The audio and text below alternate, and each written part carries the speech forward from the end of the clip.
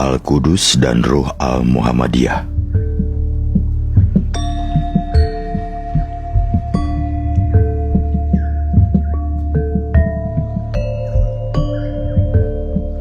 Anda mungkin pernah bertanya-tanya, mengapa wajah Rasulullah Muhammad tidak bisa atau tidak boleh digambar?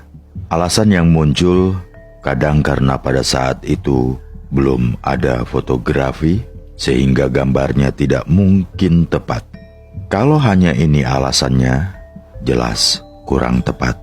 Karena pada masa nabi-nabi yang lain juga belum ada teknik foto dan tidak dipermasalahkan gambar-gambar para nabi dan wali yang ada. Kalau kita melihat banyak kitab dan buku yang ada, penggambaran Allah dan Nabi Muhammad diilustrasikan dengan cahaya yang terang menderang.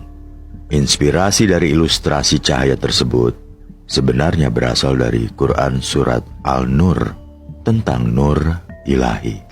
Sementara Muhammad adalah personalisasi di dunia dari nur tersebut. Maka dalam hal sosok Muhammad yang harus lebih diperhatikan bukan person historisnya, akan tetapi esensinya dalam bentuk substansi Nur Muhammad. Cahaya pilihan dalam bentuk manusia yang terpuji atau sempurna, karena justru dengan Nur Muhammad itulah maka person historis Nabi Muhammad bermakrifat secara musyahadah dan mata telanjang. Dan dengan cahaya makrifat Nabi Muhammad, maka seluruh makhluk dapat mengenali. Melalui keutamaannya yang mengungguli seluruh makhluk, mereka memberikan pengakuan.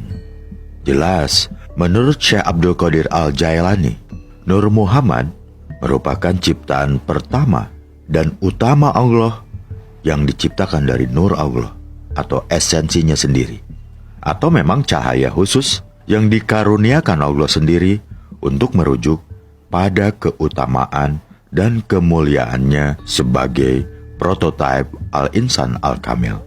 Dalam kaitan bahwa Nabi Muhammad hakikatnya bukan sosok historis yang harus dirujuk, maka Asma Muhammad bukanlah nama asal dari Rasulullah yang agung ini.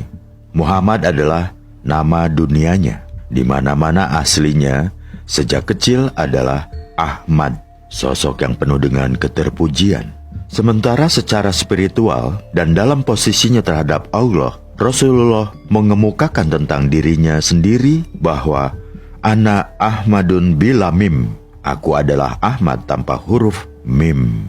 Artinya adalah dirinya tidak lain penyandang nama Ahad.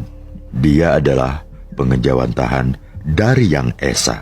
Inilah yang juga disebut sebagai Ruh Al-Quds, Ruh Suci, untuk meneruskan penzohiran yang paling sempurna dalam peringkat alam lahut. Disinilah rahasia dari menyatunya syahadat Rasul ke dalam syahadat Tauhid.